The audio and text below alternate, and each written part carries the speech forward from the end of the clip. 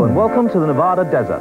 In this week's edition of the Incredibly Strange Film Show, we'll be looking at the life and films of the amazing Ted B. Mikels. He's the man responsible for such classics as The Corpse Grinders, The Blood Orgy of the She-Devils, and The ASTROZOMBIES. You might never have seen these films, and maybe you never will. But one thing's for certain, you won't forget Ted in a hurry.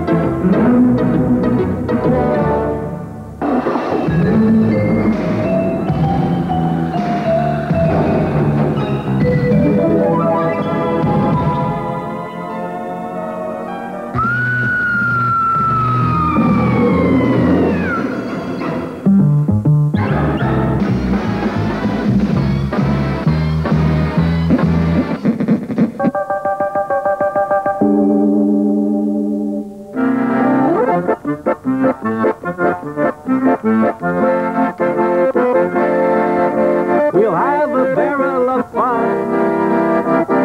Roll out the barrel. We'll have the booze on the run.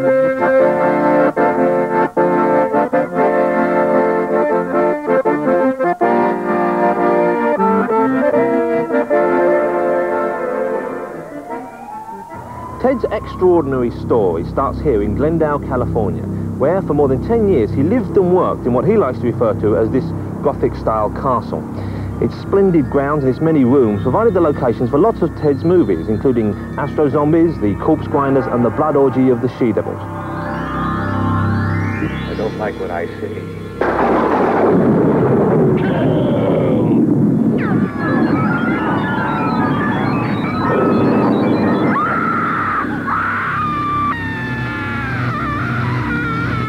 Now, Ted lives in a castle because he likes the idea of a medieval lifestyle.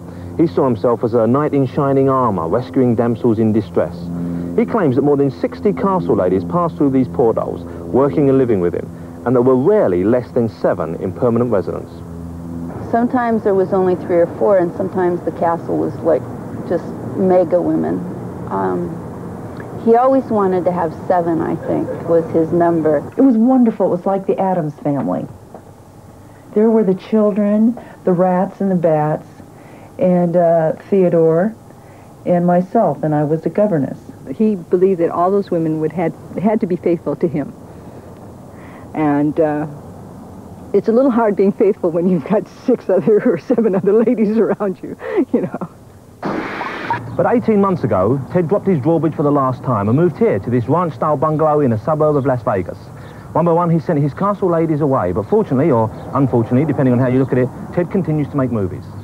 And I wonder if he's making one right now. Let's go and find out.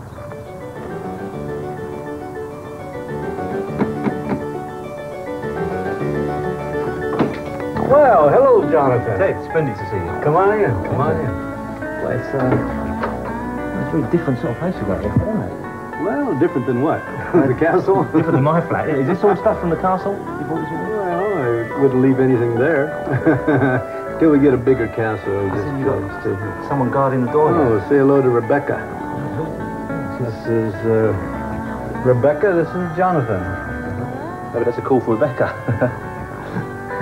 So this stuff you brought with you from Los Angeles when you came? From the castle, yes. Was the and castle... from the Great Wars, you know, 12th and 13th century wars. Were you there? Of course, of course.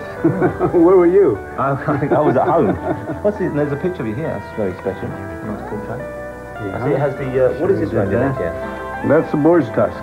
I root for mushrooms with it, you know. Tell us about the good old days, Ted. The good old days? Yeah, a long time ago. Well, what is there to say? Tell us what you did. What I do? Well, I used to ride horses and movies and shoot at flaming arrows and so on like that. Did you hurt anyone? Well, I shot a few people and so on like that. You did? Yeah, I did.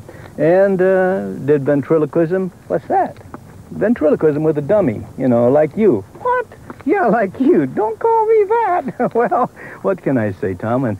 And I did magic tricks and sawed ladies in half and chopped their heads off in guillotines and so on. You did? Yeah, I did all that.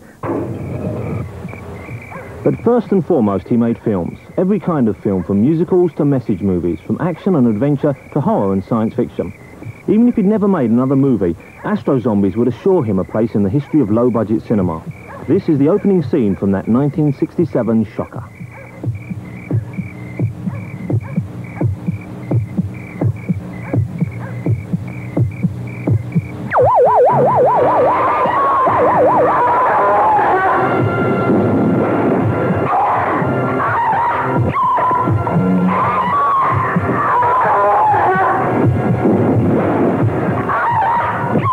I want to start with a biggie here, Ted. Oh, the biggie, huh? Yeah. Why do you make films? Oh, my gosh, I live to make films. That's my main thrust, you know. Raising children and being in love is very important, and making films is... that's the driving force that ties it all together. So what do you enjoy about it? And like all people who make films, you become obsessed. Once you have the obsession to make films, nothing can equal the power that obsession holds over you. And I make films maybe because I'm able to express when I can raise the money. I don't always get to make the film that I really want to make.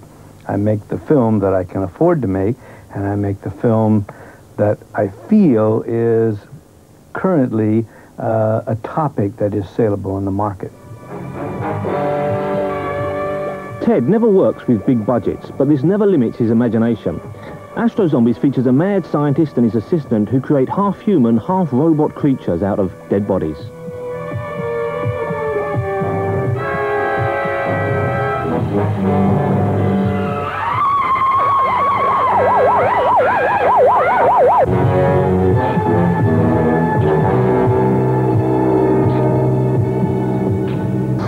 Hey, Ted, that was scary.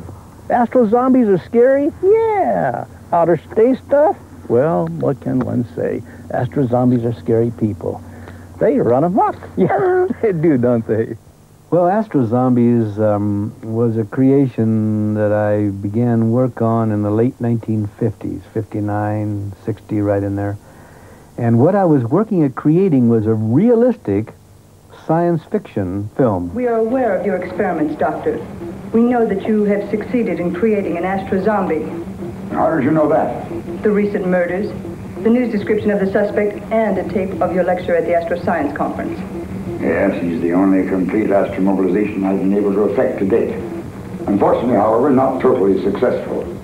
The only brain available to me at the time was that of a psychopathic killer. So how did your part in ASTROZOMBIES come about? Oh, ASTROZOMBIES was kind of fascinating. It was originally, Ted Mikels saw me when I was working in Las Vegas at the Silver Slipper. And he saw my act and went home and wrote a picture about me. And that's how ASTROZOMBIES came about. And it wasn't until about three years later that we met. What was it you think he liked about you? I think it was the fact that I was a very dominating female. That's basically the only thing I can think of. I think I can freely speak about that time in my life. I was tremendously attracted to her, and she was a fine performer.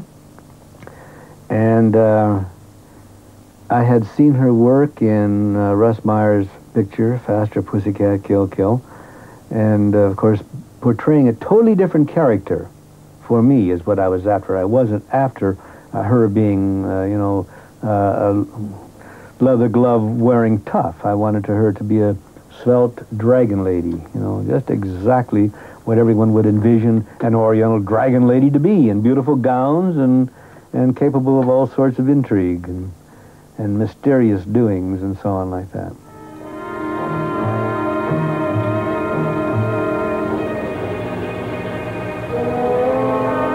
Who are you?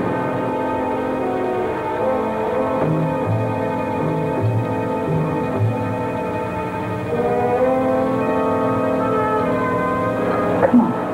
Who are you?